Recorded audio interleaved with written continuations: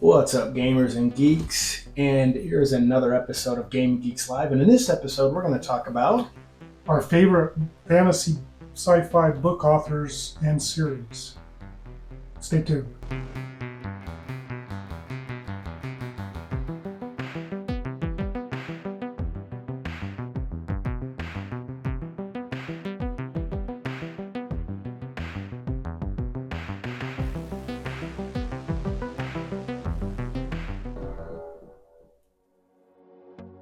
All right, we are running into our third episode of the day anyway, and I'm your host, Matt. And I'm Rick. And yeah, we're going to talk about some of our favorite fantasy and maybe sci-fi authors and some of their series, huh?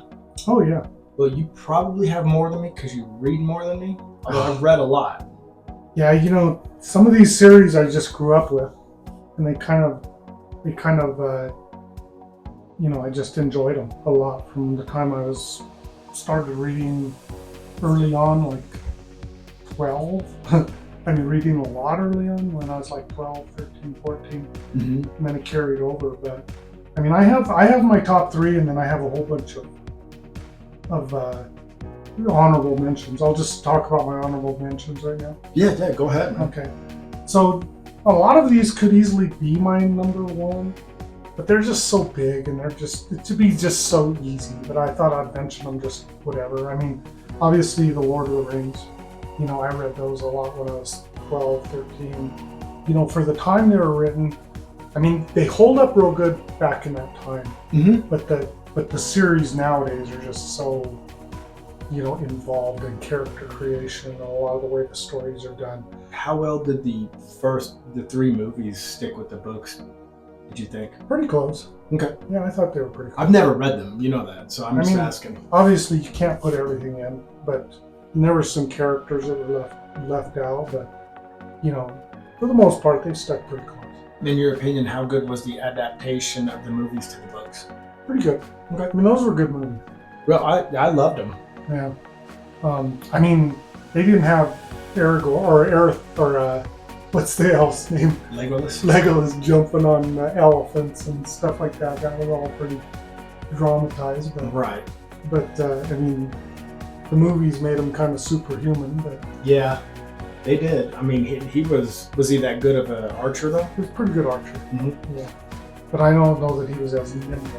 He had, like I said, he How had was some he boosts on him. How able was he to stick to him like that, though? Like he just stuck to him? Yeah, he was pretty super. Like he had spider boots on or something?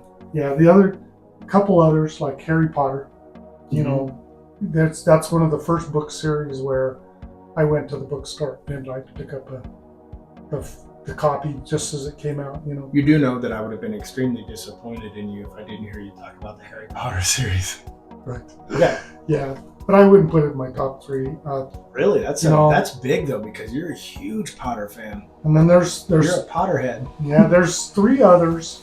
One of them people are going to know, but I think people should look at them if they like fantasy books because they're really good authors. One's Fred Saberhagen. He does the Book of Swords, Book of Lost Swords. It's just a whole bunch of series of really good book. They have swords that are built by the gods that have powers. Like there's one called Coin Spinner.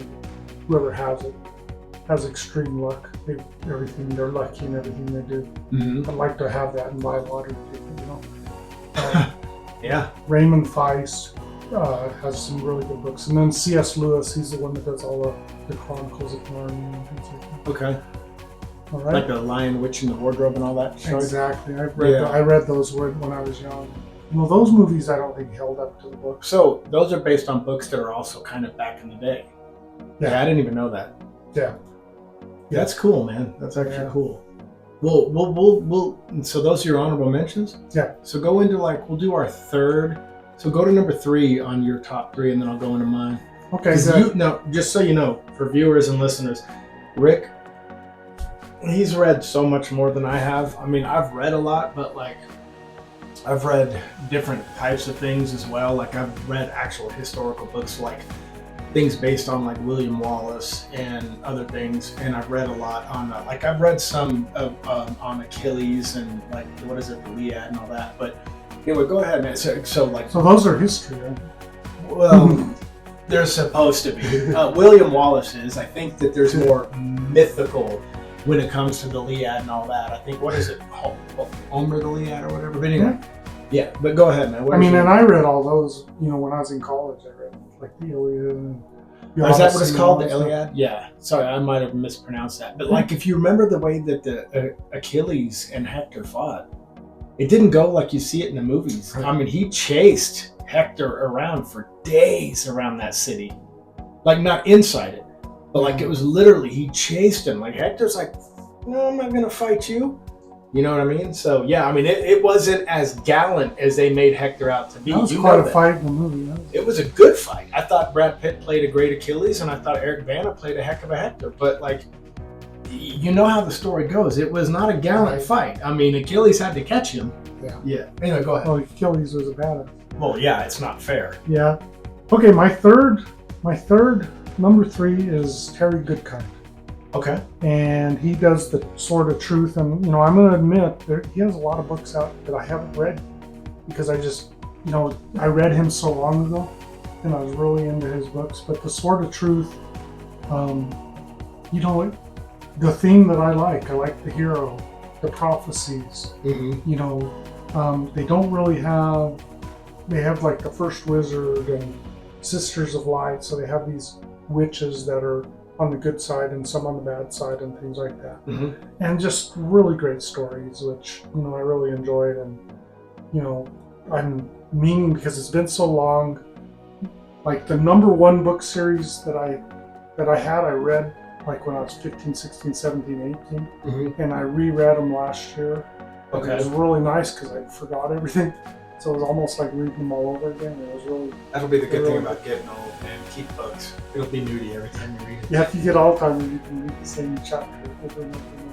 It's like, oh my God, this is blowing. This is where my bookmark is. Yeah, but watch, you'll have different opinions. Well, that was stupid. And then the next time you read it, oh my God, that was shocking.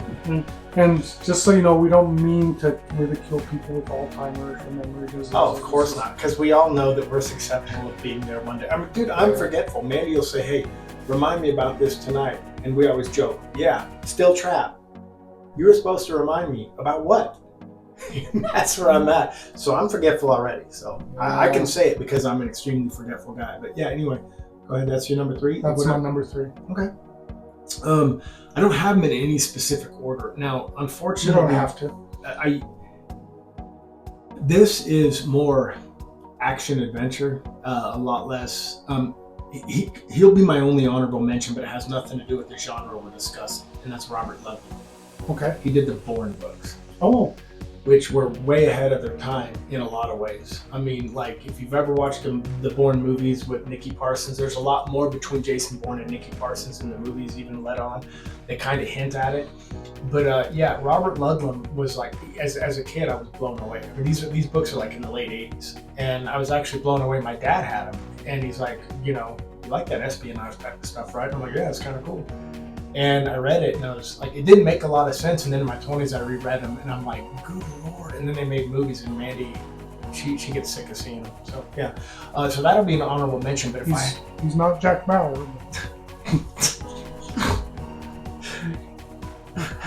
we used to have this big thing back when I was watching. We're going to have an episode on this.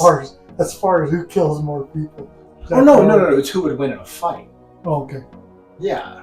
No, I mean, Bourne was an assassin, but Bauer probably has killed more people over time. But, like, who do you think wins head-to-head? Jack Bauer from 24 or Jason Bourne?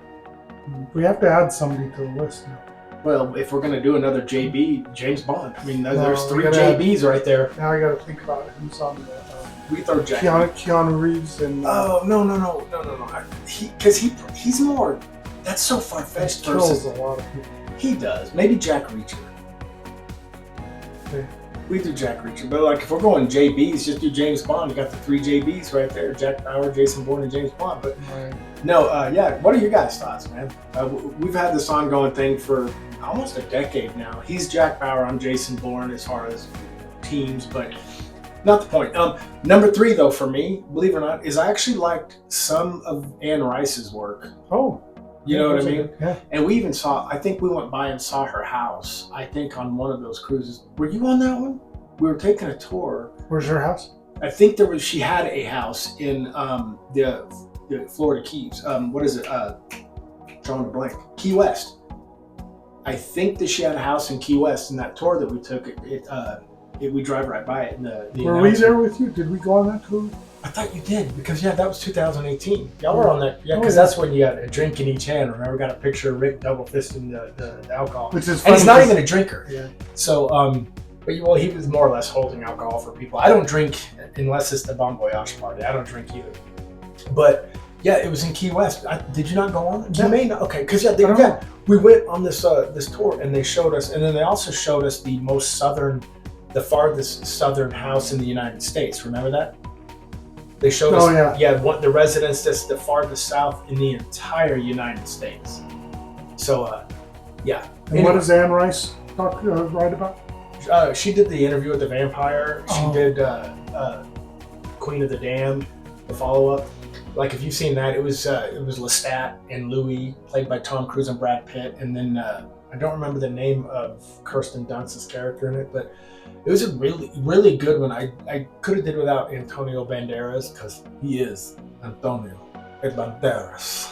But yeah, it was a good one, and there are some other ones, but yeah.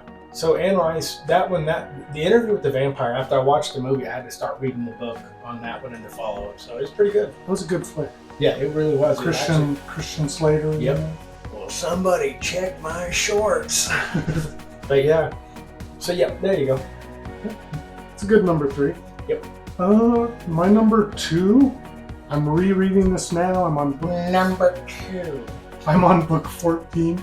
So this series. Oh damn! And there's a recent TV series on it, which series is not quite as good as not near as good as the books. Mm-hmm. They're canceling it after 3 seasons, but it's the Wheel of Time by Robert Jordan. Oh boy, this is one of those series where you're gonna know how old I am.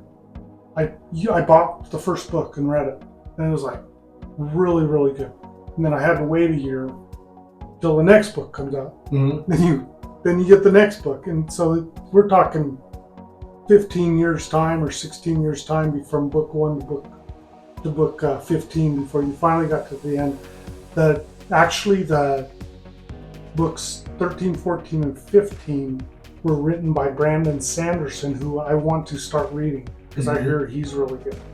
But Robert Jordan died, left all his notes behind, and then obviously it took so long to write. That's probably But you want to know crazy about the name Robert Jordan? I wonder if it's the same Robert Jordan, because he had an involvement in the adaptation of Anne Rice's interview with the vampire into a movie.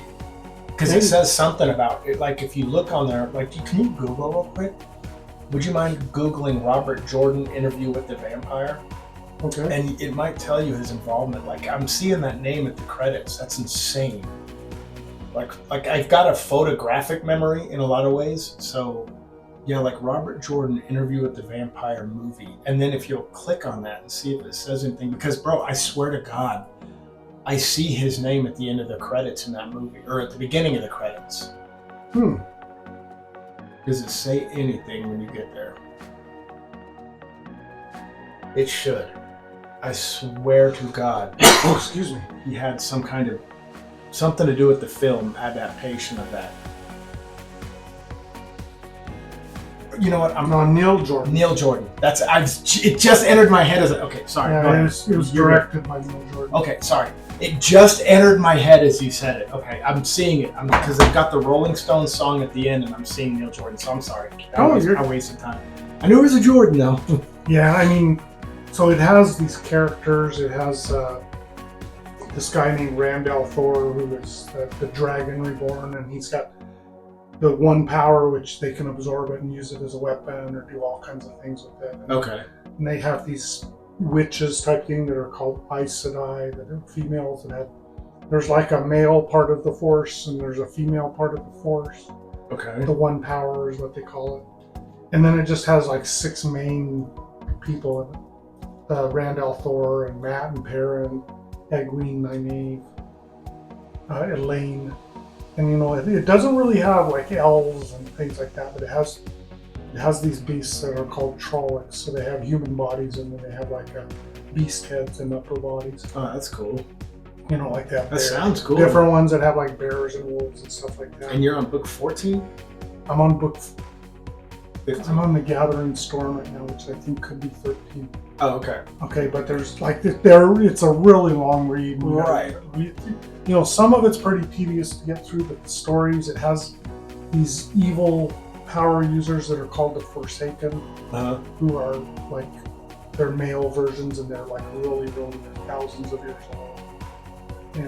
And so these books have been going on how long now? Since probably the 80s. Jeez, man. I mean, so it takes them a while to get these books out. It took them a while, yeah. Right. And so I mean, there's prophecy in it. There's a lot of prophecy in it, and you know, it's the heroes, and you know, it's just the big battle between good and bad, and you know, there's like this fine line between what's good and what's bad, and kind of things that they do. Because whenever you're in war, you know, there's a lot of bad stuff that happens basically on both sides. War. It has religious fanatics in it. They call them the Children of Light, of course, and they're against all magic. And it's like, yeah, I mean, it's just really, really a great read. I love stories though where they outlaw magic, because you know there's people that are using it that are like doing it in secret, and yeah, that's actually cool. I don't want to say too much, but that's kind of where the D&D campaign that I started with Alex and Kylie and all of us, it's kind of leaning towards. There's a huge ban on that. Like it's an evil. Anyway, there's going to be a price for using magic. Oh, and I'm a cleric. Dang it. Well, the good thing about, I think, priests and clerics is that's power given to them by the gods versus wizards that use actual arcane magic. So I never really look at priests and priestess or clerics and paladins and even rangers using some of it. I don't really count that as magic so much as power given to them by the gods, but it's still outlawed. Interesting. Yeah. Well, I'm going to go with R.A. Salvatore since we're on that kind of subject. If you're familiar with it started with where I think it was the first book is it Homeland? I think it was called Homeland or Home. Anyway, it's the Drizzt Do'Urden books, and he's the Drow, and he has the. Of course, I'm drawing a blank, but the panther. He's got a pet panther, and he's got the one with the twin skimmies. He always has a scimitar in each hand, and it's a good one. Like it's a dark elf that goes into a different direction than your typical drow, you know. And then they have there was something else with it. Like there was I'd read the first 3, and then I started working on my tabletop game that's been taking me the better part of 14 years now, Dark Horizon, also known as Amithius. It's an alien futuristic invasion game. Copyright? Yeah, well, yeah, if it's first time being heard here, you heard that on January 10th of 2:03 p.m. So official, say it again, what is it? Copyright. There you go. And so yeah, it's copywritten now, so you can't take it. But anyway, there's a lot to that, lot to the Forgotten Realms, and of course it's in Faerun and whatnot. So as you know, yeah, there's it was really good. It's been a long time, and I read the first 3. Like I said, I still have them in here somewhere. But he didn't just stick with the Drizzt books either. He did a lot of different other ones. So R.A. Salvatore is a huge writer when it comes to Faerun and Forgotten Realms. I kind of feel like I've read some. You probably, knowing you probably read a little bit, something from everybody. Yeah. I mean, in fairness, you put a lot of time into reading. Yeah. You do, man. There's no way around that. Used to love to read a lot. Now I'm kind of getting back into it, so it's pretty cool. Yeah. But yeah, I'd say R.A. Salvatore is number 2. So. Okay, my number 1. Mm-hmm. This author, I just reread his books, and like I said, this is one of the ones I didn't remember anything. It was like reading them all over again, and he's got several series that are really good. And I read this guy when I was like 17, 18, 19, 20. Okay. And it was just out of my mind. I mean, as far as they were just so good, you know, and you know, that's after the time I read Lord of the Rings and some of these other things. Right. And you know, his name is David Eddings. Look him up. Really good. He has a couple series that I really enjoy. One's called The Belgarian, The main hero starts out as a young boy. His name is Garyon. And so the bell in front basically means wizard because he becomes a wizard, but he's prophesized. He's, spoiler alert, his family is kings, and then they're all assassinated, and a wizard escapes with the young child, not him, a relative, a great grandfather or something like that. They go off and hide him, and they protect this family for many years until the prophesized child comes. And suddenly you've got a little farmer kid that's 10, 11, and then it's a story of as he grows up and becomes this powerful wizard and becomes king and fights the Dark Lord and a lot of this. You're reminding me of a game though. Name this game. The Wizard is about to die. We just talked about that. Gauntlet, yeah. Yeah. So I mean, it's just the character. The character development, the different characters in there. It's got gods in it. And different so you gods. said it's series. Like, have any of these ever been adapted into movies or no? But it says one's called the Belgariad, which is the story of Garyon. So it's Belgariad, and then it's which is 5 books, and then it has 4 books of the Melorian, which is sequels to the Belgariad. And then there's a few others. There's a Lenium, and then it has stories of like Polgara the sorceress, who's is one of the characters that were taking care of these children. And I mean, it's just the story, the development. It's got everything that I like in a book. Like I said, prophecies, the child that grows up to be, what we all think. We're all poor boys, and then to become something great. Right. We want to go from the stable boy to a king, more or less, metaphorically speaking. It has this real slime ball, this rogue. It's called. His name is. He's a prince, but he keeps it hidden. But they call it Silk. And he's just like a rogue. He's just a scumbag. Yeah. Nice. Yeah. I mean, it's just just really good story. That's cool. So I think anybody who's actually watching this podcast that enjoys fantasy should check it out. Well, brother, the last one I'm going to go with is Morgan Llewellyn, and she did a book called The Lion of Ireland, and it was fantasized a lot, obviously, but it's about Brian Boru, and they even have a pub. He was a real life fictional character, or not real life fictional. That was not a complete mix-up. He was a real life historical character, Brian of Boruma. He was considered the High King of Ireland. And he was born in I think 941. He lived into his 60s. Even back then, that was pretty big. And he even, upon his death, he was attacked. They hid him in a tent because his army was advancing. His army was winning, but they had him hidden with a few guards. But they were able to discover him. That's the end where they discovered him. But he was attacked, but he managed to kill some people on his way out. He was in his late 60s. He was a very, very, very tall, very physically massive man, and he was born into the position of the High King of Ireland, Brian of Boruma. He had an older brother, Mahone, and Mahone went off to this school first, and then he followed. And then on his way, he meets Fiona, who's more like a druid, and more fictitiously a druid. And that was ultimately would become his soulmate, even though he had 2 other mates. One would die off, and then he'd married Gormleth, a redhead. He always found time he had to go back and always see Fiona, because that was for some reason, that was his spiritual lift. If it wasn't for Fiona, he would not be where he was. But anyway, long story short, Brian of Boru, and again, there's a pub in Ireland named Boru because he's one of the most famous people in their history. A real historical figure, but Morgan Llewellyn came along, redid it, kind of fantasized a little bit on it. And battles are probably exaggerated. There might be a tinge of magic in there, even though it's not necessarily construed as magic, maybe luck.